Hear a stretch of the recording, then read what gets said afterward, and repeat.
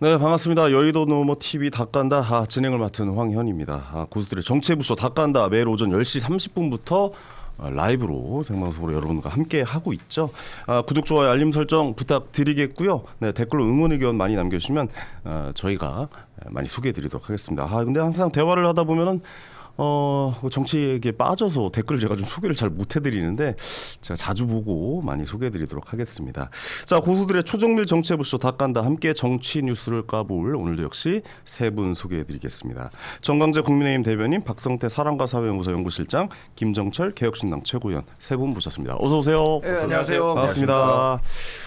세 분 왜 이렇게 오랜만에 뵙는 것 같죠? 일주일 만에 뵙는데 그쵸? 지금 시간이 그리우시죠? 보고 싶었나 봐요. 예, 무엇이나 궁금하기도 하고 뭐 그러네요. 시간이라는 게 보고 싶은 사람 기다리는 시간 네네네. 늦게 가고 그거잖아요. 네, 그 정도는 아닌 것 같고요. 뭐 그렇게까지 얘기했으면 저는 그렇다고. 예, 좀 부담스러웠습니다. 원래 짝사랑이 힘들어요.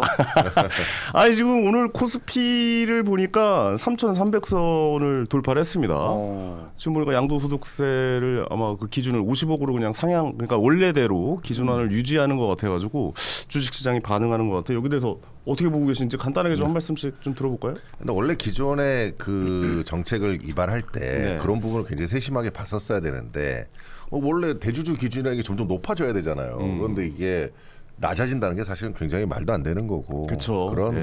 그런 기준 때문에 결국 시장이 굉장히 혼란이 발생을 했고 또 그 시장의 믿음을 가지고 투자했던 투자자들의 입장에서는 굉장히 그 피해를 많이 봤을 거 아닙니까? 실망을 했을 거 아닙니까? 뭐 처음에 정부 막 시작을 했을 때 뭐 코스피 5천 간다 막 그래가지고 굉장히 기대감을 줘놓고는 그거와 역행하는 일을 했기 때문에 다시 지금이라도 이제 바로 잡혀가니까 그나마 다행인 거죠. 아직 뭐 발표는 한 건 아니지만 거의 뭐 확실시 되는 거죠 지금 분위기상. 내일 그 100일 기자회견을 한다고 했는데 그 자리에서 이재명 대통령이 답변을 하겠다라는 보도까지 봤습니다. 근데 말씀하신 것처럼 자산 가격이 몰라보게 상승했어요. 사실 코로나 시기에 전 세계적으로 유동성이 엄청나게 많이 늘었잖아요. 근데 지금 대주주 기준이 50억에서 10억으로 낮춘다는 게 지금 서울 아파트 평균 값의 중위값인가요? 그게 뭐 14억이라 그러더라고요. 12억에서 13억 정도 하죠. 그 정도라고 하는데 아파트 한 채 정도의 한 종목 주식만 갖고 있으면 내가 대주주고 사실 국내 주식시장에서 제일 큰 장점 가운데 하나는 양도소득세를 내지 않는다는 거거든요. 물론 이제 과세 기준 보편적 원칙은 소득이 있는 곳에 세금을 매긴다는 게 원칙이지만 지금 우리 국내 주식시장의 메리트가 많이 줄어드는 상태잖아요. 미국 주식시장을 많이 하면서 어제 보니까 미국 3대 지수도 최고치 다 기록했더라고요. 아시죠? 너무 잘 알죠.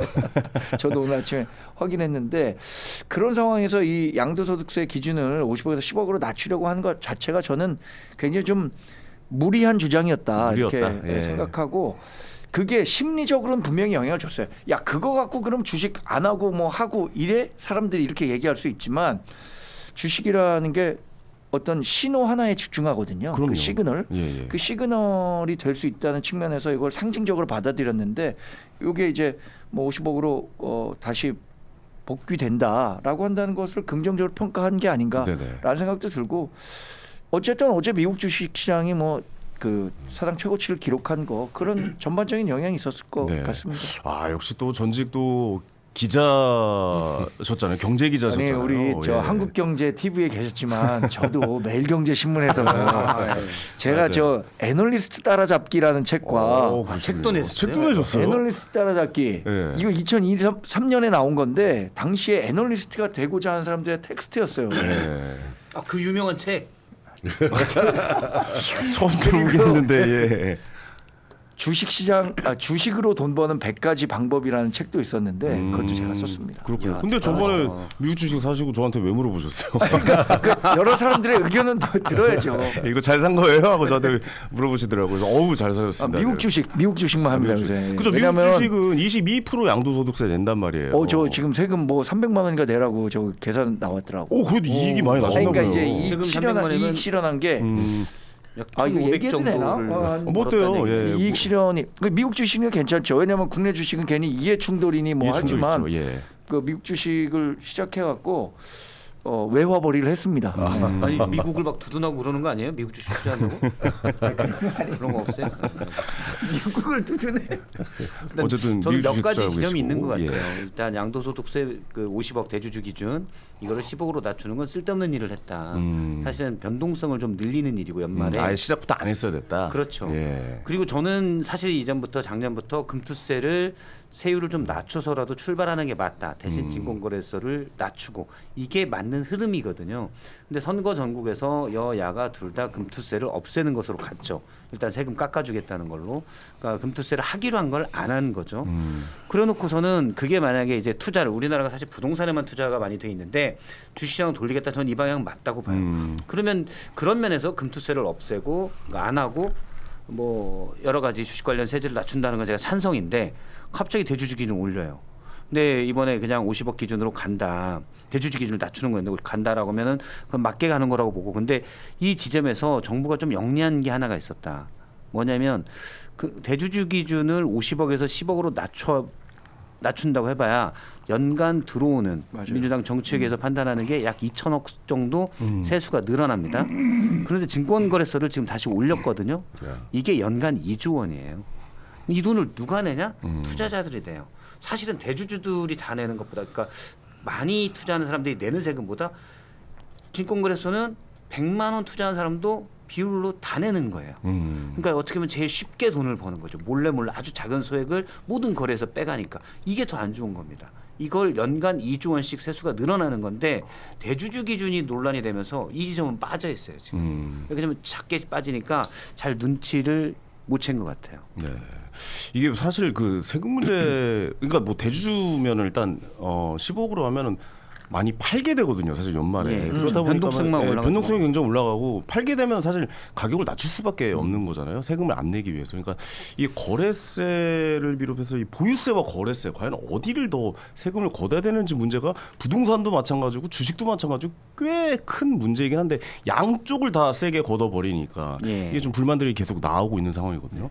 그러니까 주식 코스피 5천 세대 열겠다라고 했는데 지금의 이 결정은 굉장히 잘하신 거다. 아까 말씀하셨다시피 아예 시작도 안 하시는 게 좋았을 뻔했는데 결과가 좀 이렇게 갔지만 그래도 마무리는 잘 내일 발표로 인해서 잘 되고 코스피가 좀 상승하는 모습을 좀 봤으면 좋겠다. 그렇게 좀 정리할 수 있을 것 같습니다. 근데 주식시장 오르면 다 좋아하잖아요. 좋아서 예. 제가 경제신문에 있어서 하는 얘기가 아니라 그때 이런 얘기를 많이 해서 주식이 오르면 집에 들어갈 때 수박이라도 한 통 사갖고 가는데 기분이 좋잖아요. 예. 집값이 오르면 그 이른바 부의 효과라는 게 있잖아요. 웰스 이펙트. 내 자산이 증가해서 그게 소비로 연결되는 거. 주식시장은 확실해요.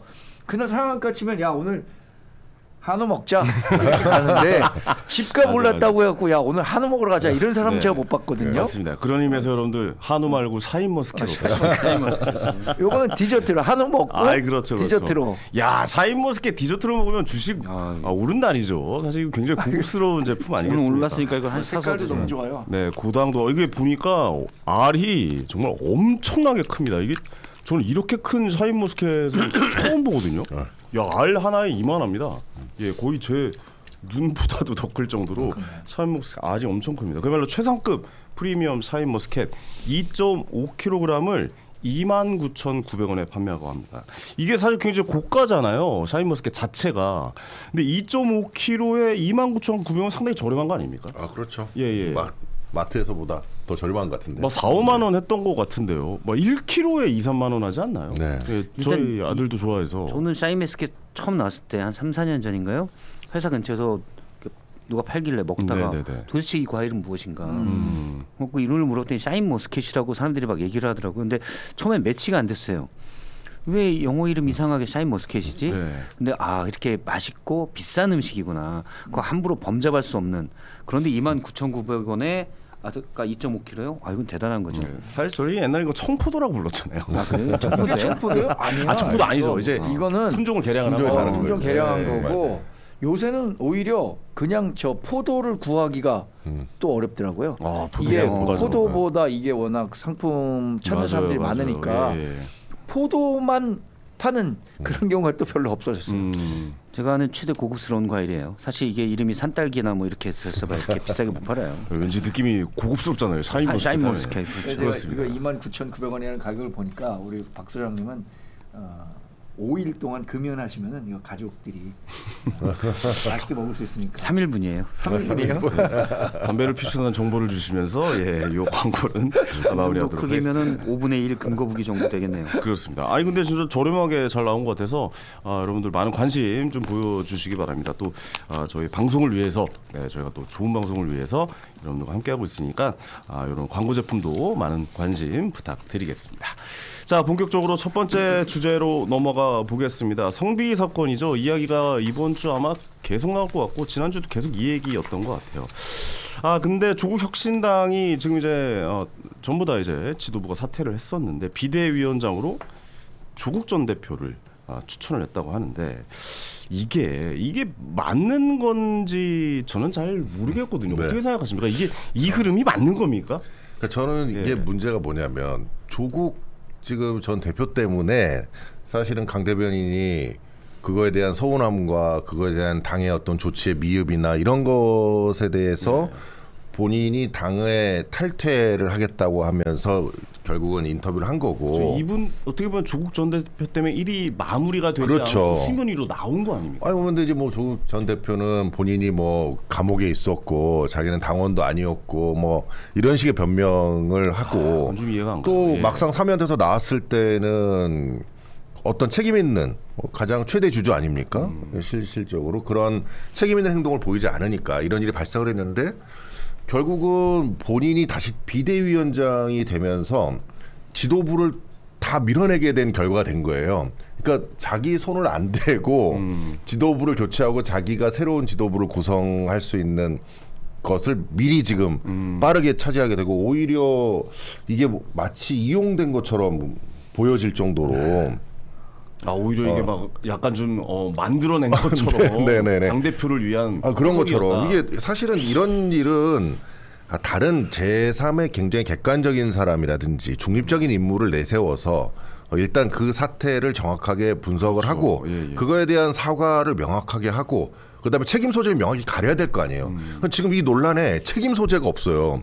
누구가 이런 문제에서 뭘 잘못했고 그래서 우리 당에서는 어떻게 하겠고 이런 부분에 대한 명확한 메시지가 있어야 되잖아요. 그런 거 아닐까요? 당내 지도부가 전부 다 사퇴를 했으니 우린 이 정도에서 책임을 마무리하겠다. 아니 그러니까 당 지도부가 사퇴하는 거와 거기에 있는 이 사건의 책임자들에 대해서 이 책임에 있는 과정에서 누가 잘못을 했고 또 그 과정에서 어떤 문제점이 있었고 또 당의 어떤 내부적인 절차 어떤 이런 것들을 그 판단하고 제재하는 그 과정에서의 절차의 문제점 이런 것들을 이제 명확하게 얘기하고 그런 부분에 대한 뭐 혁신이나 개혁안을 얘기를 한다든지 정확하게 사과도 하고요. 네. 그게 되어야 되는데 피해자들의 의사와 상관이 없이 자기들만 총사퇴를 해서 자리를 내주는 거잖아요. 그냥 자리를 내주고 비켜주는 것에 불과하다. 저는 약간 그런 생각이 듭니다. 알겠습니다.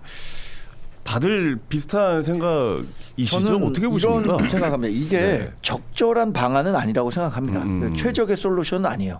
그런데 조국 혁신당 입장에서 보면 이거 외에 다른 대안을 찾아야 되는데 대안을 찾기가 어려운 것 같아요. 대안이 사람이 없다라는 겁니까? 뭐 그런 것도 일정 정도 기여한다고 생각합니다. 네네. 그러니까 조국 혁신당이라는 게 그 지난 2024년 총선을 앞두고 만들어진 신생 정당이에요. 사실 개혁신당과 거의 성격이 비슷하다고 봅니다. 아니에요. 근데 만들어진 과정이나 이걸 보면 비슷하잖아요. 한 3개월 준비해 갖고 아니라니까요. 그래요? 이게 아니 국회의원 의석수도 많은 데인데 그게 되면 좋지 않아요? 아니 개혁신당은 지역구와 비례대표를 동시에 보유한 정당이고 그러니까 다르죠. 여기는 이제 본인 개인의 이름을 집어넣은 개인 정당이잖아요. 네, 어쨌든 제가 개혁신당도 이준석 대표의 지분이 많잖아요. 그렇다고 저는 이준석 정당이라고 돼 있지 않지 않습니까? 어쨌든 제가 말씀드리려고 한 바는 급조한 정당이었거든요. 그리고 한 사람을 중심으로 해서 이 사람을 사실 대통령으로 만들기 위한 정당이라고 봐요, 저는. 그런데 이분이 논란의 중심에 서게 됐잖아요. 네. 사실 이분이 명시적 그 가해자 그룹에 있는 건 아닙니다. 조국 전 대표는 이런 일에 대해서 알지 못했다고 하니까 이분이 명시적인 가해자는 아닌데 피해자에서 입장에서 본다면 자신에게 가해를 했던 사람들과 굉장히 친분이 있어서 가해 그룹에 있다고 볼 수도 있거든요. 근데 그분이 다시 비대위원장을 와서 이 사안을 조사하고 피해자에 대해서 시혜를 베풀듯이 어떤 식으로 방안을 마련한다. 이런 거 자체가 피해자 중심주의라는 게 이제 성범죄와 관련해서는 명확하게 자리 잡았는데 여기에 정면으로 위배된다고 보거든요. 근데 그거를 왜 그러니까 조국 대표 왜 그러면 누가 이거 해결할 수 있냐라고 하니까 그것도 마땅치 않으니까 인물이 없죠, 특별히. 이 조국 전 대표를 다시 비대위원장으로 추천한 셈인데 저는 만약에 조국 전 대표가 될 것 같아요? 이거 거절해야 된다고 봅니다. 아, 거절해야 된다. 제가 비대위원장 맡는 것은 적절하지 않으니까 그 다시 한번 논의를 해서 외부 사람으로 일단 이 사안을 수습한 후에 그다음에 정상적인 전당대회를 통해서 당 대표가 되는 복귀 수순. 아니 근데 추천 자체를 안 해야 되는 거 아니에요? 제가 볼 때는 그러니까 최악이에요. 최악. 조국이 추천하는 게 아니라 다시 추천하라 니네들이 그러니까요. 뭐 이런 식으로 제가 거절한다 이런. 아니 좀 약간 한 번만 더 생각해 보면 아예 그렇죠. 추천 자체를 안 해야 되는 건 아닐까라는 생각이 들어요. 의총에서 결정된 건데 물론 당무위를 거치고 조국 전 대표가 받아들여야 이제 이루어지겠지만 최악의 결정을 계속 지금 조국혁신당이 하고 있다. 네. 강하게 비판을 할 수밖에 없는 거고 일단 지도부가 첫 번째 지도부가 왜 사퇴를 했어요? 성비 문제 처리 과정에서 문제점, 피해자를 제대로 보호하지 못했다는 점 네. 이런 것 때문에 지도부가 책임감을 느끼고 사퇴했잖아요. 그러면 그 다음에 이 비상 상황을 해결하기 위한 사령탑을 조국 전 대표에게 준다? 자, 그럼 이 과정에 조국 전 대표는 책임이 없었냐? 본인은 나는 수감 중이어서 그리고 편지를 뭐 어떤 얘기를 들었지만 여기에 의견을 내는 건 당원의 신분이 아니었기 때문에 형식적 행정적 절차에 부적절하고 판단해서 안 했었다라는데 그걸로도 많은 비판을 받았잖아요. 그렇죠. 조국혁신당은 사실상 조국의 당이에요. 아, 이름이 들어가 있잖아요. 그럼요. 예를 들어서 황현희 앵커가 당을 만들었는데 현희 혁신당이랑 똑같은 거예요. 네. 아니 황현희에 다 깐다잖아요. 근데 그렇죠. 저는 그렇게 지분이 없습니다. 프로그램은 그렇게 할 수 있지만 우리가 조국이란 말도 사실은 뭐 국기에 대한 맹세 조국과 민족의 무궁한 영광을 위하여 이때 빼고는 사실 잘 안 쓰던 말이에요. 오래전에 빼고는. 그런데 굳이 조국혁신당 넣은 건 조국 전 대표의 사실상 1인 정당이라고 봐야 돼요. 근데 수감돼 있어서 당원의 신분을 박탈당했다고 해서 난 책임이 없다. 내가 끼어들 팀이 없었다라고 한 건 무책임한 말이죠. 그것 때문에 비난을 받았어요. 그리고 사면돼서 나온 다음에도 이 문제를 처리하지 않았거든요. 그래서 책임 있다고 다들 얘기하는데 이 책임 있는 사람이 책임지고 물러난 사람들을 대신해서 책임 있는 사람이 다시 간다? 이건 이 자체가 말이 안 되는 거죠. 저는 그러면 이런 의사결정 과정이 왜 나왔냐? 뭐 저는 그게 궁금해요. 왜냐면요. 6대 유로 갈렸다고 하는데 아니 근데 정치하시는 분들은 이런 현실 감각이 좀 떨어지나요? 그 안에 들어가 있으면? 아니 그러니까 누구나 생각했을 때 이거는 지금 비대위원장을 맡으면 안 되는 상황인 거잖아요. 저는 그 총 과정을 제가 잘은 모르겠지만 추정컨대는 아마 이 문제를 해결해야 된다라는 것보다는 이게 이제 일반적으로 하면 도덕적 크게 보면 도덕적 해결하는 것 같은 건데 내 일이 아니기 때문에 나는 좀 떨어져서 한다 이렇게 볼 수가 있다고 봐요. 그러니까 아마 회의 과정은 자, 이 조국 혁신당이 당을 만든 뒤에 최대의 위기를 겪었는데 조국 대표로 계속 뭉쳐서 해결할 거냐 아닐 거냐 이게 쟁점이 됐을 거라고 봐요. 그래서 반대하는 사람들은 혹시 조국 대표가 여기에서 비대위원장을 못 맡으면 반조국 세력이 뭉쳐날 기회가 만들어진다. 아, 찬성한 사람들은. 그래서 조국 전 대표가 비대위원장을 맡아야 된다는 의견 수렴이 됐을 거라고 봐요. 그러니까 이 위기를 어떻게 돌파하냐보다도 조국이냐 아니냐가 쟁점이 되면서 그러면 그래도 우리는 조국이 해야 된다. 이렇게 흘러가지 않았겠냐라고 제가 추정을 합니다. 근데 그런 거는 제대로 된 문제 해결 방식이 아니죠. 그러니까 조국 전 대표의 그 당의 중심 어떻게 보면 뭐 실권 그걸 잃으냐 마느냐 이렇게 문제를 접근하지 않았을까 이렇게 보고 두 번째로는 조국 전 대표가 사실 이런 문제를 해결하는 데는 아직 경륜이나 내공이 부족해요. 정치인으로서는 아직 좀 부족하다. 정치인의 정치적 내공과 사실 정책적 내공도 저는 부족하다고 생각을 합니다. 그러면 앞으로 그런 것들을 쌓아야 되는 건데 덜컥 이 어려운 문제를 맡겼다? 사실은 조국 전 대표를 만약 아끼는 분들이라면 이렇게 맡겨서도 안 돼요. 부담을 주는 거군요. 그렇죠.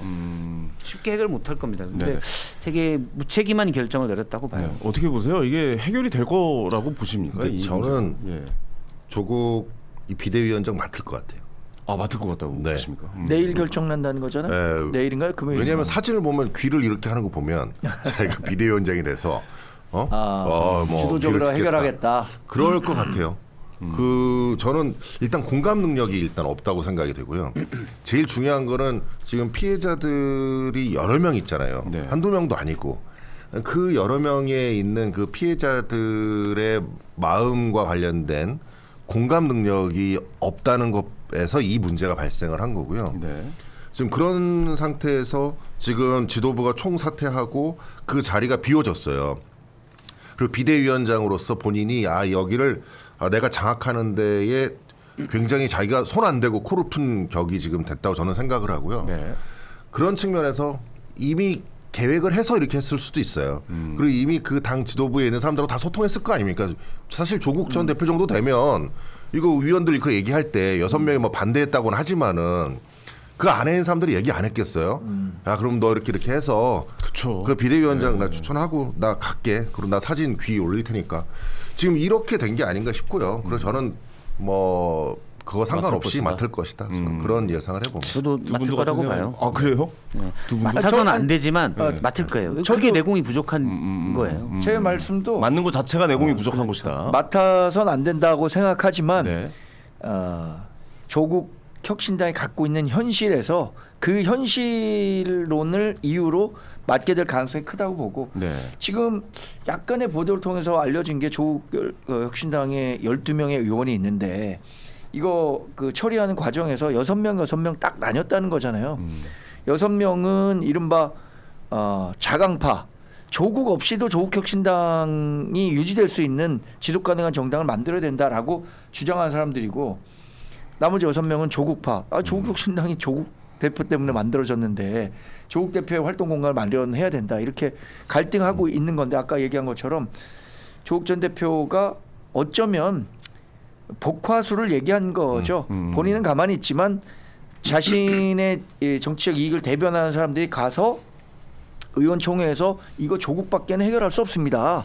조국 아니면 안 됩니다. 이런 분위기를 만들고 결국엔 비대위원장으로 추천하게 되는 그런 그 과정이 있지 않았을까. 뭐 김최고님이 그렇게 말씀하셨는데 일정 부분 공감합니다. 알겠습니다. 조국 전 대표가 제가 이제 예를 들자면 내공이 부족하다는 건 이런 거예요. 그러니까 이제 수능 2달 뒤에 수능인데 킬러 문항이 나왔는데 킬러 문항을 풀 수 있는 능력이 안 되는데 그 문제만 처음부터 들어가서 쩔쩔매고 있어요. 그럼 나머지 풀 수 있는 문제를 망치잖아요. 지금 그런 거라고 봐요. 너무 어려운 문제부터 풀고 있다. 그러니까 그 정도 실력이 안 되는 거죠. 수학 1등급이 아닌데 왜 킬러 문장부터 풀고 있냐. 저기 좀 1, 2번부터 풀어야 되는데 그렇죠. 왜 제일 앞부분에 마지막부터 풀고 그런 안 되냐. 겁니다. 뭐 이런 겁니까? 예. 그래서 지금 저 사진 저는 거의 이거 최악의 사진인데 이러고 있는 거. 그렇죠. 거죠? 예. 지금 성비 피해자가 당의 처리 과정에 환멸을 느끼고 탈당한 사건입니다. 그리고 지도부가 총사퇴하는 사건이에요. 그런데 페이스북에 저렇게 올리는 게 과연 제대로 된 대응 방식이냐. 근데 제가 조국 대표보다는 어리지만 약간 나이도 있어서 그래서 꼰대처럼 생각하는지 모르겠지만 저는 전혀 이해할 수 없는 사진이에요. 되게 심각한 문제인데 네. 되게 희극적으로 대응하고 있는 거예요. 그래서 그런 부분도 보면 조국 전 대표가 내공이 좀 저는 부족하다고 보고 예. 뭐 나쁜 사람이라고 생각하진 않아요. 근데 선한 사람인데 저런 문제를 그러니까 어려운 문제에 대한 해결 능력이 부족하기 때문에 그 경륜을 키워야 되는데 지금 킬러 문항 붙잡겠다고 하는 거예요. 알겠습니다. 이게 사실 피해자 입장에서 좀 생각해 봐야 되는 문제가 맞는 것 같아요. 그러니까 결국에 참다가 이제 조국 전 대표가 이제 사면이 되면서 나오면서 이 문제 해결해 줄 거라고 믿었었는데 역시 그 문제 자체도 해결이 안 됐었고 관심 바뀌었던 것 같아요. 그렇죠. 행보들을 보면은 굉장히 광폭 행보들을 했잖아요. 그래서 모든 언론과 이슈의 중심에 서 있었는데 그러다 보니 이 일은 당연히 뒤처지는 거고 이 관심이 없어지는 이 상황. 그러다 보니까 피해자 입장에서 너무 화가 나서 그냥 언론에다 대고 얘기하는 그 상황.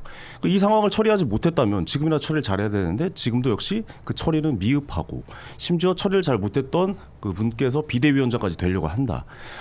국민들이 이해할까요? 저는 좀 사실 이해가 잘 되지 않을 거라고 생각이 되긴 하거든요. 근데 그렇죠. 세 분의 의견을 들어보니 비대위원장이 될 것이라고 얘기하고 있는 상황. 네. 이건 평가는 뭐 시청자분들께 맡겨야겠죠. 조국 전 대표가 말씀하신 대로 사면이 8월 15일 석방돼서 0시에 나왔잖아요. 네. 정말 광폭 행보를 보였어요. 근데 나는 몰랐다. 이렇게까지 일단락 된 줄 알았다라는 취지의 발언들이 많이 있었어요. 네. 자, 그런데 거기에 대한 반대 증거가 뭐가 있냐면 8월 31일인가요? 최강욱 의원이 조국혁신당 그 연수에서 강연에서 논란이 됐잖아요. 네. 정확한 워딩이 뭐라고 나오냐면 지금 조국 대표 뭐 이렇게 수감돼 있었고 이런데 이 사소한 문제로 당이 시끌시끌 이렇게 사소한 나와요. 문제라는 게 참 큰 워딩이었죠. 그렇죠. 예, 그 큰 아주- 실수였죠. 예. 근데 저는 그 부분 뭐냐면 당 밖에 있는 조국혁신당 당원이 아닌 최광욱 전 의원도 성비 처리 과정 문제로 당내에서 시끌시끌하다. 사실 저희는 몰랐죠. 그 정도. 저희도 사실 일단락된 줄 알았어요.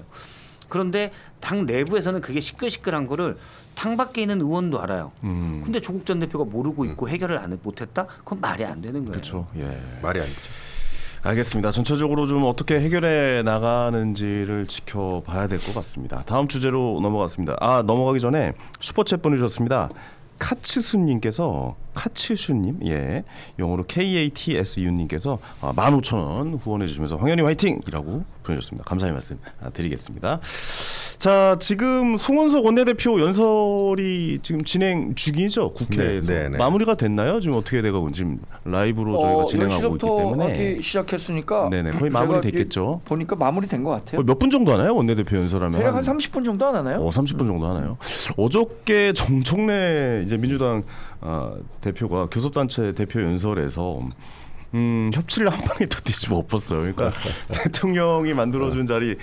그러니까 드디어 악수를 했잖아요. 악수를 하고 야 그래도 저렇게 이제 악수를 하고 이제 사람으로 인정해 주나. 그런데 장동욱 대표가 마늘이랑 술 먹고 왔습니다. 뭐 이런 얘기하면서 그냥 저렇게 좀 이렇게 국회가 여야가 이제 대화가 좀 되는구나. 야 우리 이제 대통령이 바뀌면서 100일도 안 되는데 저런 모습을 연출해내는구나. 모습이 참 보기 좋고 국민의 한 사람으로서 괜찮다. 뭔가 대화가 이루어지지 않을까라고 했는데 바로 어제 바로 그냥 교섭단체 대표 연설에서 정당 해산 심판 대상될 수 있다. 빨리 사과하고 잘못된 점 인정해라라고 그냥 얘기하면서 판이 하루 만에 엎어졌습니다.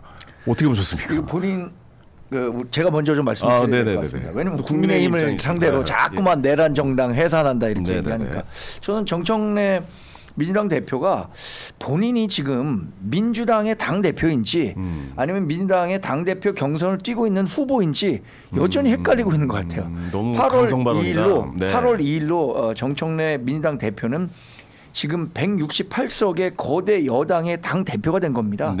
근데 여전히 보이는 언행은 그 당 대표가 되기 위해서 본인의 강성 지지자들을 규합하기 위한 메시지에만 집중하고 있다고 생각하는데. 근데 약간 그 정청래 대표, 그러니까 의원일 때, 그러니까 대표 전일 때 했던 발언보다는 약간 순화시키지 않았어요? 그래도 약간 정당들 해산 대상이 될 수도 있어요. 조심하세요. 약간 이런 식으로 이렇게 정당 해산 심판하겠습니다. 옛날에 약간 이런 스타일이었고 약간 순화된 것 같아요. 이준석 대표가 어제 이렇게 얘기했던데 정청래가 정청래 나왔다, 정청래 했다 이렇게 얘기하는데 저는 이걸 이렇게 평가합니다. 개구리가 올챙이적 생각 못한다 그러잖아요. 근데 개구리가 되면 개구리의 수영법을 배워야 돼요. 올챙이의 영법으로 수영을 하려고 하면 안 되거든요. 그렇죠. 올챙이 때는 팔다리가 없으니까요. 그렇죠. 올챙이 때는 꼬리를 흔들고 간단 말이에요. 근데 없어진 꼬리를 갖고 자꾸 흔들려고 하는 것 같아요. 정청래는. 그러니까 지금 완전히 성체가 된 개구리가 아직도 올챙이적 생각해갖고 그 방법대로 살려고 하면은 영원히 개구리가 될 수 없는 거거든요. 지금 정청래 민주당 대표는 본인이 무엇이 되려고 하는가 이것에 대해서 조금 더 깊이 성찰해야 될 것 같아요. 어제의 그 던진 메시지들이 그랬습니다. 저는 좀 약간 좀 무섭더라고요. 계속 지금 일어나는 일들이 다 좀 무서운. 무섭다고요? 네, 왜냐하면은 꼭 어떤 느낌을 받냐면요, 반공, 뭐 친일 청산, 뭐 이런 느낌이에요. 내란 청산. 그러니까 그 누구나 반대하기 어려운 말을 제시하고, 그리고 나서 그 안에다가 각종의 자신들의 정치적인 이익을 넣는 도구들을 넣어서 이거를 해결하고 자기들의 정치적 이득으로 가져가려고 하는 거죠. 누가 내란 청산하는 걸 반대하겠어요? 뭐 예를 들어 친일 청산, 뭐 이거 당에 반대하기 어려운 얘기들이잖아요. 마치 지금 검찰 개혁 이거 똑같아요. 검찰 개혁, 그래 개혁을 해야지. 그런데 그 안에 들어있는 내용을 보면 개혁이 아니란 말이죠. 그러니까 이런 것들을 어떤 정치적인 프레임을 씌워서 사람들을 선동하는 부분이 제가 어제 많이 느꼈기 때문에 어제 사실 그 연설하신 내용 중에 협치라는 말은 단 한마디도 없었어요. 네. 거의 이제 공격하는 거에 거의 대부분이었고, 그러니까 이제 오늘 송원석 지금 대표가 얘기하는, 원내대표가 얘기하는 지금 발언도 마찬가지로 결국 그 프레임에 대해서 자기가 저항하는 내용밖에 지금 나오지 못하고, 정치라는 게 서로 어떤 협치와 관련된 내용들이 서로 오고 가야 되는데, 그렇죠. 아까 저기서는 악수를 했지만은 실질적으로는 지금 뭐 서로 지금 어떤 프레임 싸움만 하고 있는 거잖아요. 뭐 예를 들어 그런 연설에서 검찰 개혁을 네. 같이 협치해 나가서 뭐 손을 잡고 해결해 나갔으면 좋겠습니다. 뭐 약간 이런 그렇죠, 메시지가 뭐. 나온다든가 그런 메시지가 뭔가 나와야 되는데. 뭐 LG 뭐 에너지 솔루션 네. 지금 저렇게 당한 일에 대해서 우리 같이 머리를 맞대고 협치를 해보시죠. 뭐 약간 네. 이런 내용이 나와야 되는데 정당 해산집가 거기서 바로 이렇게 나와버리니까. 그러니까요. 그게 좀 무서우셨다. 너무 무서운 거예요. 이게 이제 서로 싸우려고 하는 것밖에 없고, 제가 제일 무서운 건 어떤 그 선동적 문구와 가치를 표방하면서 그 안에 다른 내용들을 숨겨서 자신들의 정치적 이익을 실현하는 도구로 이용하는 것. 저는 이게 이제 가장 무서운 거라고 생각을 합니다. 네. 그게 이제 뭐 마치 옛날에 괴벨스가 하는 것처럼 그런 느낌을 받았어요. 우리 정치 선동 같았다. 생각이 좀 다른데, 저는 평소에 이제 정청래 대표의 예를 들어서 뭐 악수도 하지 않겠다, 또는 내란 특별재판부, 정당 해산 심판 전국, 위헌 정당 해산 심판 다 반대거든요. 그다음에 정청래식의 검찰 개혁 방향도 저는 반대예요. 네네. 그런데 어제 메시지는 저는 할만했다라고 봐요. 그러니까 제가 전문을 쭉 뜯어봤는데 사실은 핵심은 물론 억양이나 정청래 대표 얼굴, 뭐 표정 이런 것들 때문에 그게 전달은 제대로 안 된 것 같아요. 근데 핵심은 국민의힘 의원들에게 간곡히 제언드립니다. 내란과 절연하십시오. 요게 돼 있어요. 네. 그리고 앞에서부터 쭉 보니까 예를 들어서 우리나라, 그러니까 국민이 주인인 나라, 헌법 정신의 기본이다라고 얘기해서 동학, 뭐 인내천 사상부터 동학, 3.1운동, 그 다음에 해방 이후로 넘어와서는 뭐 부마 항쟁, 5.18 민주화운동까지 얘기해서 헌법은 국민들의 피로 이루어졌다. 자, 그런데 불법 계엄을 한 거를 어떻게 군인을 동원해서 피를 엄청나게 흘릴 수도 있는 사건을 범죄를 저지른 윤석열을 어떻게 두둔할 수 있느냐가 핵심이죠. 저는 그거는 말할 수 있다고 봐요. 그러니까 지금 예를 들어 국민의힘 일부 구구 세력들이라고 표현을 할게요. 지금 지도부 중에도 있지만 구구 세력들이 내란을, 불법 비상계엄을 두둔하고 불법 비상계엄은 엄청난 사람들이 희생될 수도 있을 법했던, 있을 뻔한 일이었거든요. 네. 그거를 두둔하기도 하고 또 그걸 저지른 사람이 다시, 반탄이란 게 그 얘기예요. 그 저지른 사람이 다시 대통령 자리로 돌아가서 일을 해라. 말도 안 되는 거예요. 사실은. 아니 그러니까 그 박성태 소장님 말씀대로, 예. 실장님 말씀대로 예를 들어 이제 대표 연설에서 그렇게 설명을 해주거나 예. 이런 거는 여러분들 잘못, 내란이란 뭐 말을 넣지 않더라도 그 안에 있었던 계엄이라는 거 잘못된 거다. 거기에 대해서 사과하시면 됩니다라고까지만 얘기했으면 상관없지만. 예. 정당 해산 심판 조심하셔야 된다. 이거 당신들 당할 그쵸. 수 있다. 그렇게 얘기까지 한 거는 좀 너무 좀 선을 넘어간 것 아닌가라는 생각도 그거는 들거든요. 아마 저는 거기에 대해서는 반대인데 네. 물론 국민의힘이 그렇다고 무조건 다 불법 비상계엄 세력이냐 이렇게 볼 수는 없잖아요. 그중에 일부는 있겠다고 그럼요. 생각하지만 예. 없잖아요. 그렇기 때문에 뭐 위헌정당 해산 심판 청구나 이런 식의 일을 하는 건 반대인데, 그거는 정청래 대표가 늘상 써왔던 표현이기 때문에 뒤에 그럴지도 모릅니다라고 어미를 살짝 흐렸지만 네. 써왔기 때문에 그냥 들어간 것 같아요. 만약에 더 잘 쓴다면 그렇게 내란과는 절연하십시오라고 하고 뒤에 우리가 구체적인 예를 검찰개혁이랄지 정부조직법이랄지 여러 가지에 대해서는 협치 대화를 앞으로 하겠습니다. 네네네. 같이 도와주십시오. 이런 게 들어갔으면 더 좋았을 텐데 그렇죠. 그런 거를 기술적으로 못 넣은 것 같아요. 그래서 이제 내란 26번이라는 말, 그다음에 전날 악수했는데 다음날 이렇게 하는 게 말이 되냐. 이게 더 주목받는, 그러니까 기술적으로는 잘 못했다고 생각을 해요. 아니 근데 그 대본이 있을 거 아니에요. 그러니까 대본이라고 표현해서 좀 그렇지만 미리 연설문을 있죠. 이제 만들어서 그 네. 보고하는 걸 거 아니에요. 그럼 네. 그 아예 처음 연설문을 만들 때부터 그 말은 안 넣은 거 아니에요? 협치에 대한 저는 얘기는? 안 넣었다고 봐요. 근데 네. 그게 이제 그건 못한 거죠. 만약 제가 그 메시지 담당이었다면 그것도 넣었을 거예요. 근데 메시지 자체는 우리가 그러니까 그 아스팔트 세우를 너무 떠들어대니까 이게 마치 당연한 것처럼 반탄이나 이런 게 그냥 당연한, 그러니까 찬탄과 반탄이 각각의 두 개의 주장이 대립하는 것처럼 보이지만 저는 반탄은 말도 안 되는, 이건 헌법 테두리 바깥에 있는 주장이라고 생각을 하거든요. 네. 그렇기 때문에 예를 들어서 뭐 이재명 정부에 대해서 강하게 비판하고 이재명 좀 욕하고 그건 충분히 있을 수 있는 일이죠. 그런데 그렇다고 해서 불법 비상계엄을 저지른 윤석열을 두둔하는 건 있을 수 없다라고 저는 제 개인적으로 그렇게 생각하는데 네네네. 아마 정청래 대표가 그 메시지를 강조하다가 기술적으로는 잘못됐죠. 그거는 이제 물론 연설이기 때문에 수용자들이 어떻게 받아들이는 것까지 충분히 감안했어야 되는데 그건 못했다고 봐요. 네. 근데 한번 환기시키는 것, 이건 내라는 정말 잘못된 것입니다라고 환기시키는 메시지 그 자체가 정도까지는 괜찮았다고 봅니다. 알겠습니다. 그런 의미에서 방금 이제 손홍석 원내대표가 연설했는데 역시 멘트가 세게 나왔어요. 이재명 정부 100일 어리석은 군주가 세상 어지럽힌 시간이라는 멘트가 나왔습니다. 이거 굉장히 또 이것도 야 이거 왜 이런 거 왜 만났어요? 이럴 거면 그 대통령이랑 같이 왜 만나서 왜 여야가 만나서 합의하고 그걸 왜 하는 겁니까? 하루 만에 다 뒤집을 거면 이틀 만에. 예. 대표는 네. 이게 저 보좌진 가운데 이제 메시지만 전담하는 비서관이 있습니다. 그러니까 아마 지금 당 대표실에는 메시지 비서관을 한 2급 정도는 초해 줄 거예요. 2급 전 대표는 다 있죠. 메시지 전담이. 그분에게 이렇게 본인이 하고자 하는 메시지를 얘기합니다. 네. 본인 쓰지 않잖아요. 야, 나는 이런 게 담겼으면 좋겠어 라고 얘기하면서 가이드라인을 줬을 거예요. 그럼 협치라는 거, 야 협치 무슨 협치냐, 그거 내란 정당 해산한다 그래.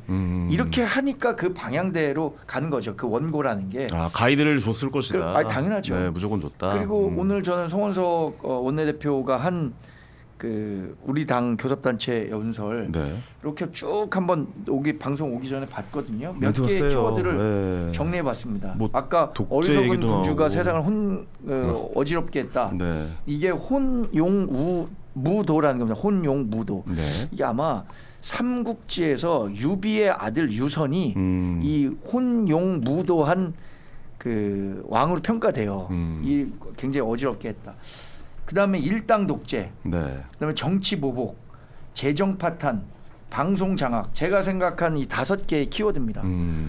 지금 이재명 대통령이 100일밖에 되진 않았지만 우리 당에서 생각하고 있는 지난 100일에 대한 평가가 딱 이건 것 같아요. 그래서 앞으로 전국도 사실 이게 굉장히 어려운 상황이 지속될 수밖에 없어요. 왜냐하면 계엄이라는 특수한 상황이 있었고. 네. 지금 강경한 목소리를 대표하는 민주당의 당대표가 뽑혔고 우리 당도 마찬가지고요. 그리고 특검 정국이 연말까지 계속돼요. 이런 상황에서 협치 무슨 협치입니까?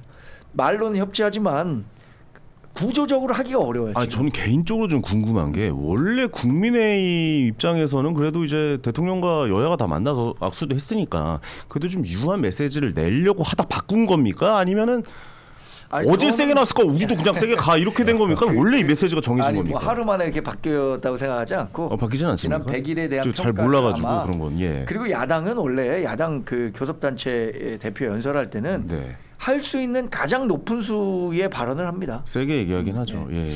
2021년인가요?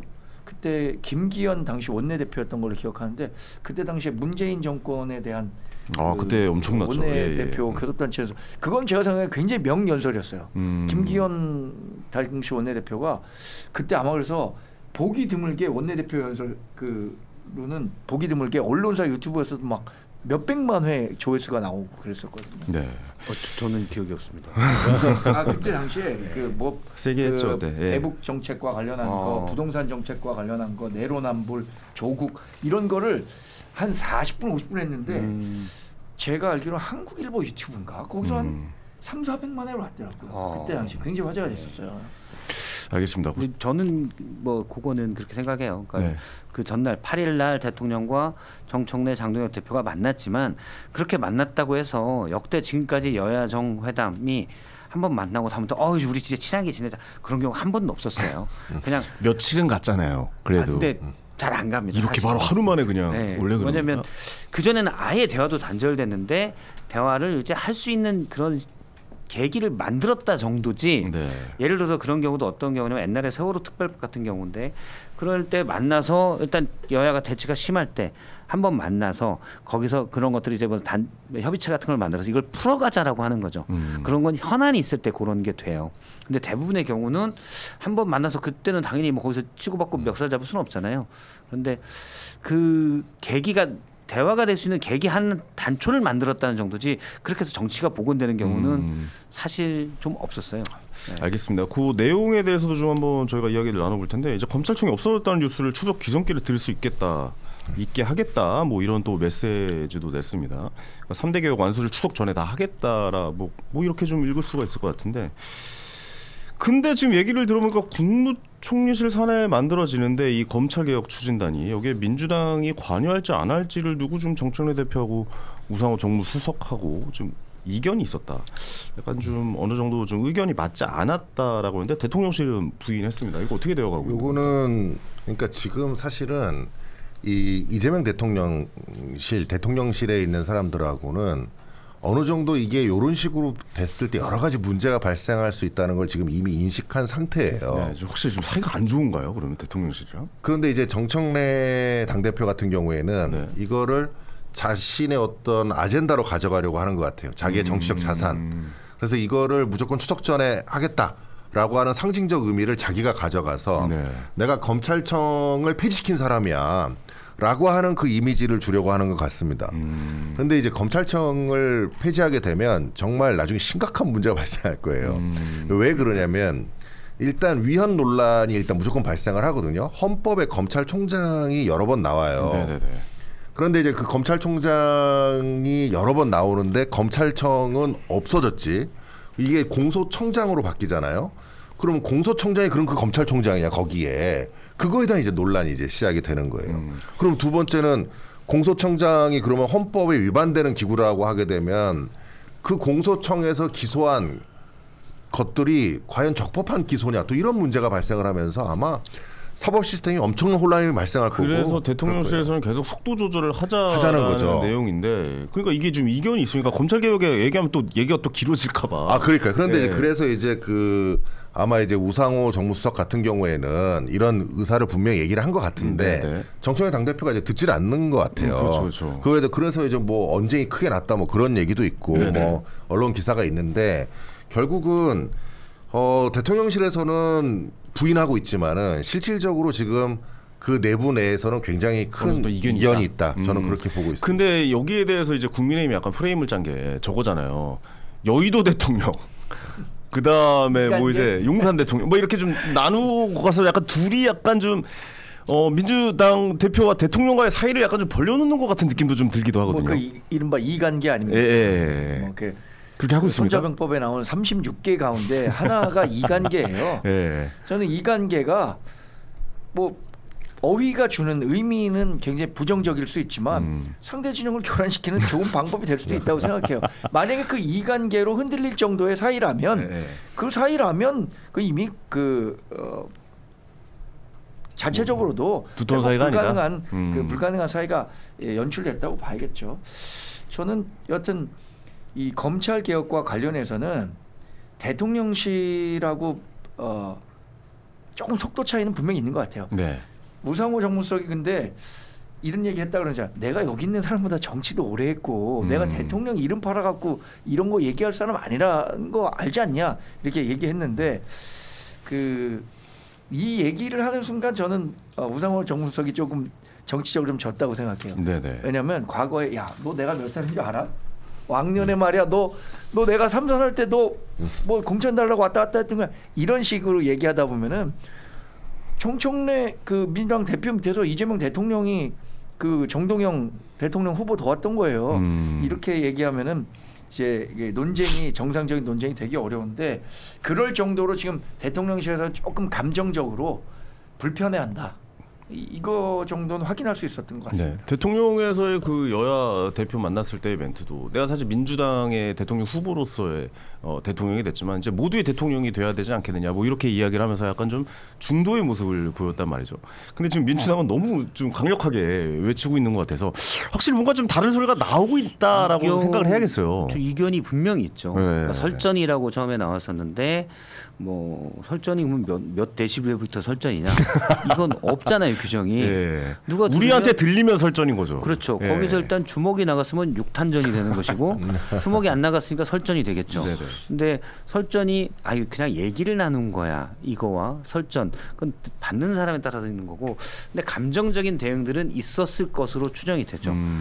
지금 뭐 민주당 당내에 이견이 있다라는 거는 이미 공공연한 사실이에요. 그러니까 이게 직접적으로 뭐 대통령과 뭐 이런 게 아니라 그 뭐 민정수석이라든가 무슨 뭐 비서실장이라든가 이쪽이랑 이제 뭔가 부딪히는 건가요? 어떻게 대통령하고도 부딪히죠. 대통령하고도 직접 부딪히죠. 제가 한 2주 전쯤에 민주당의 네. 모 중진 의원이 통화하다가 정성호 법무부 장관이 사실은 검찰 개혁 법안 관련돼서 당 지도부와 의견이 달라서 욕을 뒤지게 먹었잖아요. 검찰에 포섭됐다는 얘기까지 듣고. 근데 한 중진 의원이 저한테 그런 얘기를 하더라고요. 이거 정성호 장관 얘기가 아니다. 대통령 뜻이다. 그 며칠 전에 사실은 그건 뭐 누구나 예측할 수 있는 바예요. 왜냐하면 정성호 장관이 그런 얘기를 했을 때 강훈식 비서실장이 기자들 만나서 그 얘기했고 네. 김민석 총리가 또 기자들 만나서 그 얘기를 했습니다. 메시지가 하루 이틀 사이에 동일한 메시지로 여러 군데서 나왔거든요. 이거는 그러면 누군가 안에서 움직였다라고 봐야 돼요. 그러면 그 핵심은 대통령의 뜻이라고 봐야 되는 거죠. 그걸 알고 있었는데 여권 중진이 그냥 대놓고 혹시 모를까 봐 대통령의 뜻이야. 뭐 그분이 왜 저한테 그런 얘기를 했냐. 가서 좀 얘기 좀 해주라는 거죠. 정성호 장관의 검찰 개혁안은 대통령의 뜻이니 민주당의 강성 지지층도 어쨌든 이재명 정부가 성공하길 바라고 이재명 대통령에 대한 지지도 높으니 그런 것들을 좀 알리라는 맥락으로 전 이해를 했어요. 그런 얘기는 안 하지 뭐 그래도. 근데 그걸 정청래 대표 등 여당 지도부는 모르겠어요. 네. 다 알죠. 저도 아는 걸 왜 모르겠습니까? 훨씬 더 민감하게 거기에 볼 텐데 대통령의 뜻임을 명확히 알면에도 불구하고 본인의 이해관계가 다르기 때문에 계속 얘기하는 건데 전 아까 어제 교섭단체 대표 연설의 메시지는 맞다고 하지만 예를 검찰개혁안에 대해서는 정청래 대표가 너무 분노를 이용해서 뭘 하고 있다는 생각이 들어요. 맞아요.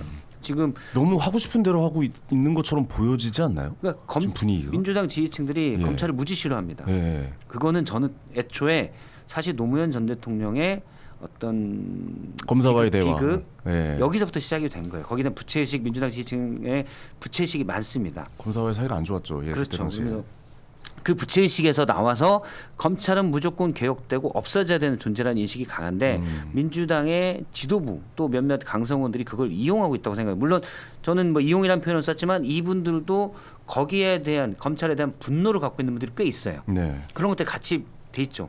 하지만 지도부잖아요. 국가를 운영하는 분들은 자 그럼 이렇게 했을 때 민생에는 어떤 영향을 끼치냐를 봐야죠. 예를 들어서 자동차가 그렇죠. 매년 예. 교통사고로 2,500명 이상이 사망합니다. 예전에 4,000명, 5,000명이 넘었어요. 중앙분리대나 안전벨트, 차량의 개선 이런 것들 때문에 교통사고 사망자가 확 줄은 겁니다. 자 그러면 2,500명이 매년 사망하면 자동차를 없애요. 자동차가 왜 필요하냐부터 생각을 해야죠. 그럼 검찰의 존재 이유가 뭐냐부터 생각을 해야 돼요. 그러면 맞아요. 중앙 이제 특수수사가 필요하냐 이건 판단할 부분이 있어요. 왜냐하면 경찰이 아직 수사 역량이 안 되니까 그건 선택의 문제도 저는 있다라고 생각을 하는데 예를 들어서 경찰 수사에 대한 통제는 검찰이 원래 할 일이에요. 그러면 그런 걸 다 뺏는다. 자 검찰이 권력에 예를 들어서 사냥개 노릇을 했다. 좀 과격하게 말하면 저는 그 역할이 있었다고 봐요. 특히 윤석열 정부에서 검찰이 잘못했죠. 고쳐줄 수 없는 지경에 이르렀고 대대적인 개혁이 필요하지만 그렇다고 해서 검찰이 해야 될 일도 뺏는 게 맞느냐. 그 생각을 해야 된다는 거죠. 그러면 중수청이 만들어지면 자 검찰이 그동안 정권에 그래도 나름 계기고해서 어느 정도 권력 수사에 대한 독립성을 갖고 있다가 윤석열 정부도 완전히 망가진 건데 자 중수청을 만들면 그러면 또는 경찰의 어떤 권력 수사 이분들은 그러면 권력이 독립적으로 할 거냐? 저는 훨씬 취약하다고 봐요. 그래요. 네, 그런 고민들을 정청래 대표가 해야 된다는 거죠. 이런 얘기를 이렇게 하다 보면 우린 오야 참 진짜 좋은 얘기한다 이렇게 얘기하잖아요. 근데 민주당에서 이런 얘기하면 야쟤 수박이었구나 이렇게 평가를 샤인머스 받는데 포스로 불러서 이런 게 현실입니다. 지금 네. 이런 얘기 하잖아요. 네. 민주당에서 야, 쟤 안 되겠다. 다시 부르지 마라. 이번에 박희승 의원이 네. 얘기했잖아요. 화제가 정말 됐잖아. 내란 재판부. 야, 이거 박희승 의원 다음에 거기 비례대표입니까? 지역구 의원입니까? 제가 잘 모르겠어요. 박희승 의원 초선 의원이기 때문에 그 얘기 한 걸로 저는 다음번에 민주당에서 정치하기 어려워졌을 거라고 생각하거든요. 이번에 곽상원 의원도 네. 그 김어준 씨에 김어준 대한 그 얘기를 얘기했다가 최민희 의원이 얘기했던가 아니면 누가 얘기했던가 아 이동형 작가가 얘기했던 것 같다. 다음에 공천 못 받을 겁니다. 이렇게 얘기하더라고요. 그게 지금 민주당의 현실이거든요. 근데 이게 지금 민주당을 지지하는 분들은 그러면 마음이 아무래도 정청래 당대표한테 많이 가 있다라고 좀 생각을 해야 되는 겁니까? 이재명 대통령보다도 산술적으로 전 그렇게 봐요. 예. 원래 전당대회에서부터 대통령의 뜻은 박찬대 전 원내대표라는 건 민주당 지지층 차에서 다 알고 있는 주지의 사실이었습니다. 그런데도 민주당 의원들도 마찬가지고요. 네. 그럼에도 불구하고 6대4 정도의 비율로 정청래 대표가 전당대회 승리했잖아요. 민주당 지지층 내에서는 정확히 따르면 당원들에서는 민주당 권리당원 투표권이 있는 권리당원 115만인데 이분들은 정청래식 개혁을 선호한다는 거죠. 정청래 대표가 그걸 잊고 대통령의 뜻이 그럼에도 불구하고 급진적인 개혁을 선호한다. 그 메시지를 내는 거죠. 이게 사실 문제가 여기저기 많이 나오고 있잖아요. 검찰 개혁에 대해서. 사실 저희가 또 검찰 개혁 근데 그거는 제가 생각해 김 최고께서 훨씬 더 잘하실 것 같아요. 정확하게 왜냐하면은 예. 변호사 현업에 계시면은 이거 이렇게 검찰 개혁 1년만 해서 유예 기간 뒀잖아요. 1년 동안 수많은 그 오류들이 산적해서 야, 안 되겠다. 다시 고쳐야겠다라는 얘기가 나오는 거 있거든요. 네네네. 사실 제가 아는 법조인들 중에 이렇게 하면 안 된다라는 위기의식을 갖고 있는 사람이 진짜 많아요. 사실 저는 잘 모릅니다만 이렇게 하면 변호사들만 논한다 이런 얘기 하잖아요. 실제로. 아니 정말로 지금 논았어요? 넌 알 거예요 이제. 넌 알 거예요. 이제. 뭐 이제 제가 봤을 때는 무죄 받아줄 사람들이 굉장히 많아질 거고요. 그래요? 네. 그리고 좀 뭐 여러 가지 다툴 쟁점들이 너무 많아지니까 저 같은 뭐 형사 사건 전문으로 하는 사람들 입장에서는 큰 사건 맡기가 굉장히 좋죠. 그리고 뭐 큰 일도 많이 생길 수 있고 문제는 이제 그 경찰 상대하는 게 더 낫다는 얘기입니까? 훨씬 낫죠. 그러니까 예를 들어 지금 하이브 방시혁 지금 의장 뭐 수사한다고 지금 경찰로 들어가거든요. 네네네. 조사받으러. 네.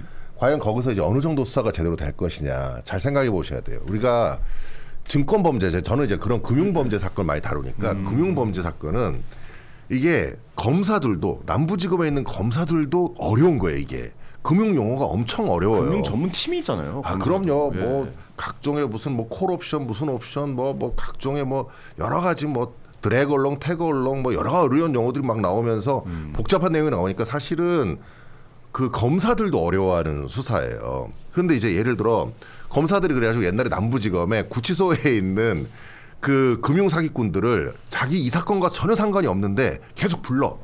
그래서 자기 방으로 불러가지고 이거는 어떻게 된 거예요? 이렇게 금융 사기꾼한테 물어본다니까 조언을 해요. 이게 왜냐하면 그만큼 수법이 계속 발전을 하고 복잡합니다. 우리는 막 주가 조작하면 막 주가를 올리는 거 생각하잖아요. 주가를 떨어뜨리는 주가 조작도 엄청 많고요. 일부러 주가를 떨어뜨리고 전환 사채에서 전환 가액을 낮춰가지고 그렇죠. 행사 가격 낮춰서 네네. 자기들이 지분 취득하고 이 수법을 쓰면 이게 웬만한 사람들은 알아내기가 몰라요. 얘기해줘도 몰라요. 예, 제가 옛날에 이런 것도 모르는 분도 많으시고. 옛날에 그 금융 사건 관련돼서 금융 피해자들 대리해가지고 엄청 복잡합니다, 진짜. 예. 경찰한테 가서 고소장을 냈어요. 금융 피해를 입었다. 우리 지금 피해자들이 지금 수백 명 있으니까 그래서 이제 경찰한테 갔더니 그 경찰이 이거를 이게 저희가 무슨 내용인지 알 수가 없는데 이거를 그래서 내가 그럼 팀장님을 좀 만나 뵙자. 그래 팀장님한테도 갔어. 또 팀장님한테 얘기했더니 일단 제가 설명을 들어보고 저희가 한번 생각을 해보겠습니다. 그런데 수사를 애당초 할 수가 없어요. 그러니까 우리가 이게 마치 경찰을 비하하는 게 아니에요. 비하하는 게 아니야. 객관적으로 우리 생각을 해요. 학교에서 반에서 1등하고 10등하고 있으면 수학 실력이 엄청난 차이가 있어요. 그건 객관적인 현실이야.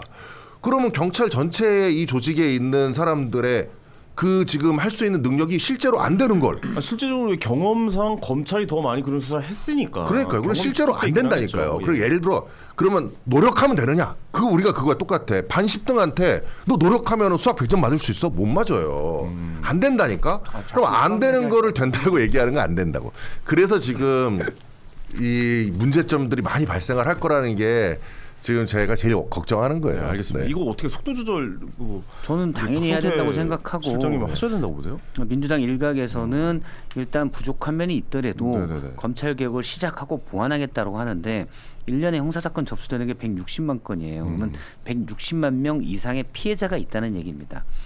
그러면 예를 들어서 공수처 지금 만들어진 지 5년이 넘었지만 아직도 안착이 안 됐습니다. 근데 공수처가 안착 안 돼도 돼요. 왜냐? 검찰이 하든 경찰이든 할 수 있는 걸 공수처가 가져올 수가 있죠. 공수처가 안 하면 검찰, 경찰이 어차피 해요. 그래서 공수처라는 조직은 장기적인 어떤 로드맵 좀 더 그걸 단축은 해야 되지만 해도 상관이 없습니다. 근데 경찰 수사에 대한 통제를 하는 것 검찰이 그걸 못한다? 그럼 완전히 망가지게 되고 그다음에 두 번째 특수수사 이제 인지수사 검찰이 했던 중요 권력 수사는 다 검찰이 했었거든요. 일부 법령에 따라서 이거는 검찰한테 의뢰한다. 앞서 이제 주가 조작 같은 게 그래요. 검찰이 의뢰하게 돼 있습니다. 공정거래법에서도 검찰에 의뢰하게 돼 있어요. 네. 그럼 경찰은 의뢰를 못 받으니까 못 해봤던 거예요. 맞아요. 그러면은 그 검찰이 만약에 그걸 안 하면 이제 관련 수사는 최소한 5, 6년간 빠지는 겁니다.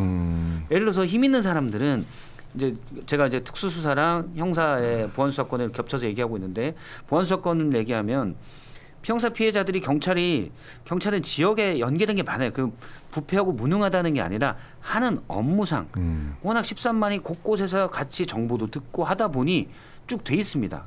검찰은 검사 2천여 명과 수사관 3, 4천 명 그 정도밖에 안 돼요. 그러니까 물론 스폰서도 있고 다 있죠. 다 있는데 폭넓게 육착되기에는 제한적이라는 거죠. 그래서 경찰을 통제할 수가 있어요. 근데 형사 피해자가 만약에 힘 있는 사람, 정치권이든 대기업이 힘 있는 사람이 됐을 때 이분들은 알아서 경찰한테 계속 자기 사건 빨리 처리해달라고 할 수가 있습니다. 근데 힘 없는 사람들은 검찰이 예를 들어 불송치됐다? 검찰이 챙기지 않으면 그냥 묻히는 거예요. 힘 있는 사람은 자기가 다 돌파할 수 있습니다. 그러니까 서민들이 피해 보시는 게 많죠. 그리고 검찰은 그 사건들만 쭉 나오는 송치된 사건들이나 또는 불송치됐다도 자기가 봐야 되는 사건을 보겠지만 경찰은 수사하다가 옆집에서 개 잃어버렸다면 개도 찾아줘야 되죠. 할 게 많아요. 그러니까 업무가 있으니까 수사가 진행이 안 되는 게 무지 많습니다. 그러니까 무능과 부패를 얘기하는 게 아니고 구조적으로 경찰 수사가 온전할 수 없는 게 있고 통제기관이 필요하다는 거죠. 물론 검찰이 그럼 어떻게 하냐. 검찰에 대한 통제기관을 만들면 돼요. 네. 알겠습니다. 이게 검찰 경영 얘기만 나오면 좀 시간을 너무 많이 쓰게 되고 아주 간단히 한 말씀만 제가 덧붙이자면 네, 해주세요. 사실 보수적인 사고를 갖고 있는 사람이 어떤 변화에 대해서 대응하는 논리라는 게 있어요. 그러니까 검찰 개혁이라는 것이 지금 화두가 되고 있잖아요. 자, 개혁이라는 이름은 좋는데 그게 개악이 되면 안 되는 거잖아요. 그것을 반대하는 논리는 첫 번째, 야 그렇게 해봤자 결국 소용없다. 뭐 바꿔봤자 지금 검찰 개혁해봤자 지금과 크게 달라질 거 없다. 두 번째는 그렇게 개혁했을 때는 더 위험해지는데 우리 사회가 그 감수해야 되는 위험이 더 커져. 세 번째는 그렇게 하면 더 나빠진다. 그 지금보다도 훨씬 더 나빠져. 그러니까 이 보수라는 게 과거서부터 이렇게 유지되어 온 질서를 잘 보완해 가면서 가자는 게 보수의 가치잖아요. 그게 조금 더 진보적으로 가는 건 그런 단계 없이 뭐 혁명 정도는 아니더라도 계속 개혁해 나간다 그런 건데 저는 그런 면에서는 우리 정당도 조금 각성해야 할 부분이 있을 것 같아요. 검찰 개혁에 대한 목소리가 있는 건 사실이잖아요. 그럼 어떻게 할 건지 이것에 대한 보완책들을 계속 우리 나름대로의 보완책들을 마련해서 제시했었어야 되는데 그러지 못했다는 측면은 우리도 좀 그 비난받아야 되는 부분이라고 저희 이번에 생각합니다. 개혁신당에서 법안이 나오면 국힘에서 좀 동의 좀 많이 해달라고 좀 해주세요. 네. 그런 그 법안을 그럼 상정당에서 한번 네, 저희는 이미 거의 내용을 만들어 놓고 있으니까. 인증 받았어요? 네. 아니 뭐 인증이 알아서 유튜브 나오는데도 뭘 인증해요. 아니 어떻게 좀 다음 주부터 못 나오시는 거 아니에요? 여기 대표님한테 인증 받아야죠.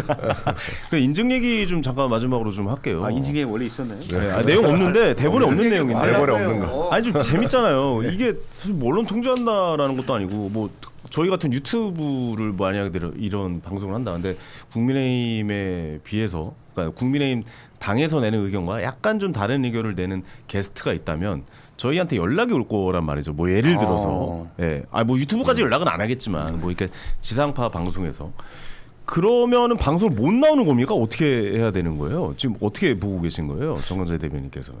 글쎄. 아직까지는 저에 대해서 하차 통보를 한 방송사는 없습니다. 왜냐하면 제가 워낙 그 화려한 언변과 수려한 외모를 자랑하고 있기 때문에 그건 맞아요. 시청률 제고에 상당한 도움을 아니 하고 그거 있다. 바로 하차시키는 것도 방송국 입장에서 너무 자존심 상하는 거 아니에요? 언론이라는 데가 사실 그렇게 돌아가지는 않잖아요. 다들 제가 아시겠지만. 방송국에 오래 있어봤으니까 그걸 좀 아는데 오히려 더 쓰지 않아요? 그렇게 되면? 그러니까 그냥 무시해요. 무시하겠죠. 의견이 오는데 예를 들어서 여당이다. 국민의힘이 윤석열 정부 때 국민의힘에서 온다. 신경은 좀 쓰이죠. 여당이면. 근데 제가 있던 쪽에서는 약간 신경 쓰이는 정도? 근데 무시해요. 왜냐면 일단 언론으로서 자존심이 그건 허락지 않는 거고. 그렇죠. 근데 이제 윤석열 정부 때 사례를 보면 몇 개 방송에서는 당시 국민의힘 미디어 특위에서 이분 보수 참칭 패널에다 쓰지 말라고 했거든요. 대표적으로 장성철 소장이 걸렸어요. KBS 잘렸고요. 그래요? YTN 잘렸고 종편 몇 군데 잘렸고 그렇구나. MBN 잘렸습니다. 일부. 근데 그런 거는 이제 여당일 때는 그런 게 좀 먹히죠. 근데 그것도 일부 매체만 먹혀요. 그때 아마 전 매체의 미디어 특위에서 보수 참칭 패널 쓰지 마세요라고 했습니다. 네. 근데 뭐 또 상당수 다른 방송들은 신경도 안 씁니다. 신경도 안 쓰고 지금은 근데 국민의힘이 야당이고 그리고 크게 그리고 이분들이 그냥 여야의 대립 정도가 아니라 앞서 제가 얘기했대로 뭐 내란을 두둔하는 정도까지 가기 때문에 방송에서 쓸 수가 없어요. 저는 딱 볼 때 신경 써서 일부 정말 극히 일부의 종편에서는 신경이 쓰일 거고 나머지는 신경을 안 쓸 겁니다. 네. 그리고 방송법 5조에 방송의 공적 책임이라는 게 있습니다. 인간의 존엄성, 기본적인 민주주의에 대한 게 있어야 돼요. 근데 국민의힘 패널 인증제를 해서 만약 오면 제가 볼 때 여기 어긋나는 분은 김민수 최고위원이에요. 일단 어긋납니다. 방송법상 출연시키면 안 되는 존재예요. 왜요? 앞서 얘기했지만 방송의 공적 책임성이 들어간다니까요. 그래서 사회 뭐 성적 그러니까 성별 또는 사회 뭐 이런 여러 가지의 갈등을 조장해서는 안 된다라는 조항까지 있는데 제가 적어놨는데 잠시만요. 근데 그거에 다 해당이 돼요. 그러니까 제가 볼 때는 국민의힘 엮여 넣으면 다 맞는 거 아니에요, 그거는? 그렇죠. 예. 일단 5조가 뭐냐면 방송은 인간의 존엄과 가치 및 민주적 기본 질서를 존중해야 된다. 그게 5조 1항입니다. 네네. 존중해야 되는데 국민의힘이 인증한 패널이 이걸 존중 안 할 가능성이 크다는 거죠. 그래서 오히려 부적격이다라고 얘기를 드리는 겁니다. 어떻게 보세요? 그 직접 이제 방송에 나오시고 저는 뭐 계시니까. 일부 영향은 좀 있을 것 같아요. 제가 하고 있는 방송에 아직 뭐 이렇다 할 구체적인 지침이 나오지는 않았지만 네. 아무래도 활동 범위가 좀 좁아지지 않을까라는 생각은 하고 있습니다. 아예 제가 만약에 미인증 패널이 된다면 네네네. 제가 인증 패널과 미인증 패널에 저는 항상 경계선에 있다고 스스로 평가하고 있는데 인증을 어떻게 받는 거예요? 그러니까 직접 가서 면접 보는 거예요? 저 인증해 주세요. 이렇게?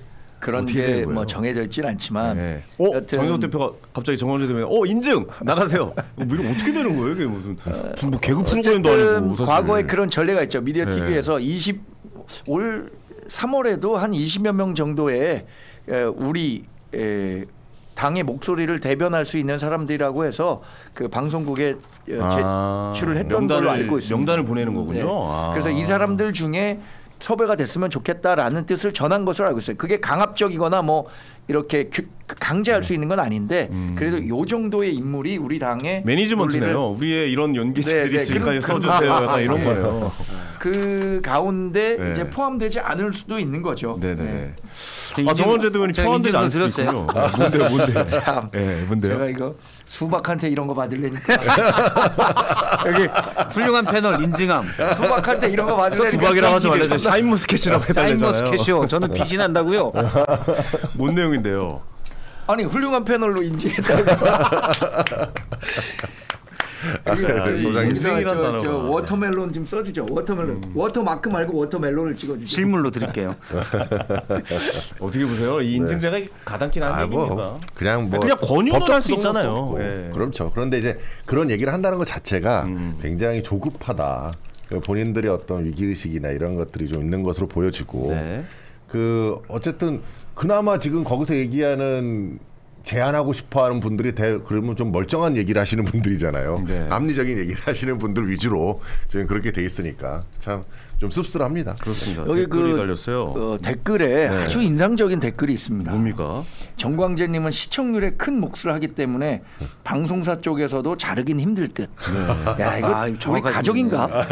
안 좋은 댓글들도 좀 우말고 읽고 있어요. 직진님, 우말고 직진님. 만수님께서 국힘당은 정광재 대변인 좀 인증 좀 해줘라. 해줘라라고. 우리 당원 게시판에 글 좀 올려주십시오. 예, 다음 게시판 또 주사 들어갔으니까 예, 아주 조심껏 올려주시기 바랍니다. 쥐백님께서 5,000원 후원해 주셨습니다. 다시 한번 감사의 말씀드리겠고요. 샤인머스켓이 맛있어 보여서 몸에 몰에 들어갔다가 언양불고기를 충동 구매했습니다라고 샤인머스켓 보러 가셨다가 언양불고기 충동 구매하셨다고 보내주셨습니다.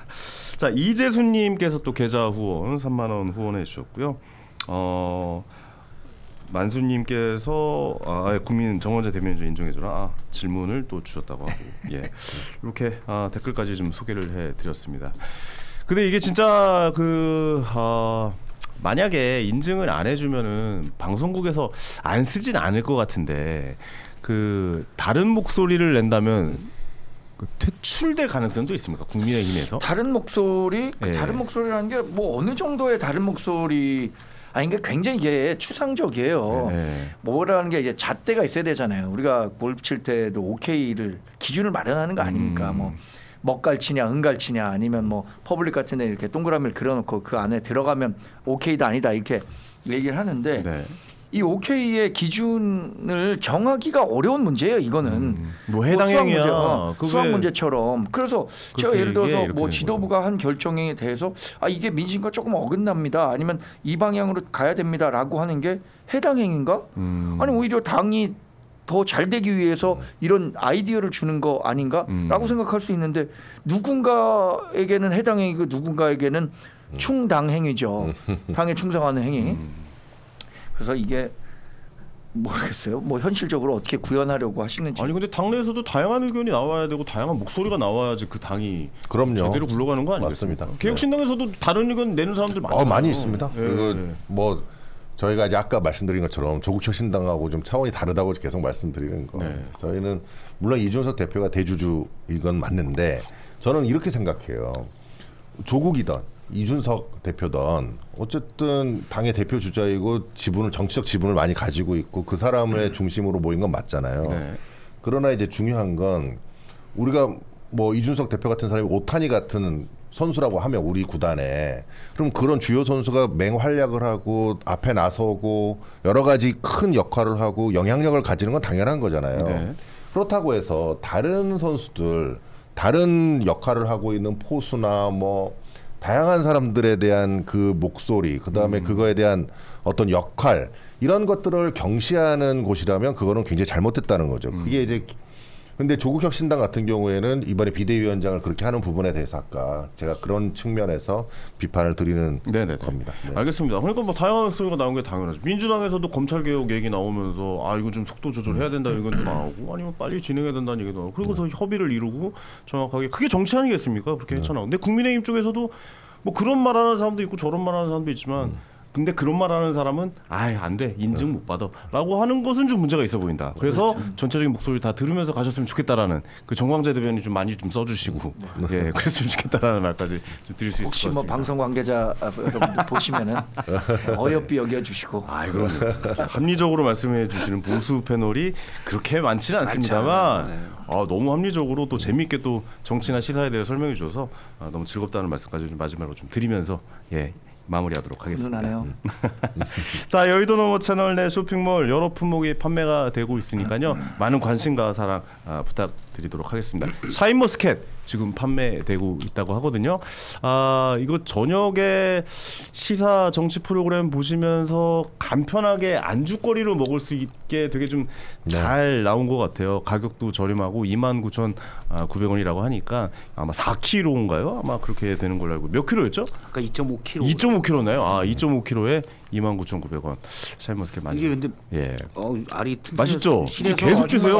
한 5개 먹으니까 배불러요. 네, 박성태 지금 실장님은 계속 드시고 계세요. 저 위에 저 다 먹었잖아요. 저는 사실 어제도 좀 먹었는데 저도 왜 안 먹냐 그랬는데 저는 이렇게 뒤쪽은 좀 먹었어요. 그건 뒤집어 놓으신 거군요. 2인 최고는 이걸 다 먹었어요. 그러니까 맛있으니까 한송이를. 저 사실 먹고 싶은데 저는 계속 얘기를 해야 되니까 그렇죠, 예. 못 먹고 있어가지고 끝나고 나서 한번 저희 얘기 먹어보도록 끝났으니까 많이 먹겠습니다. 많이 드시죠.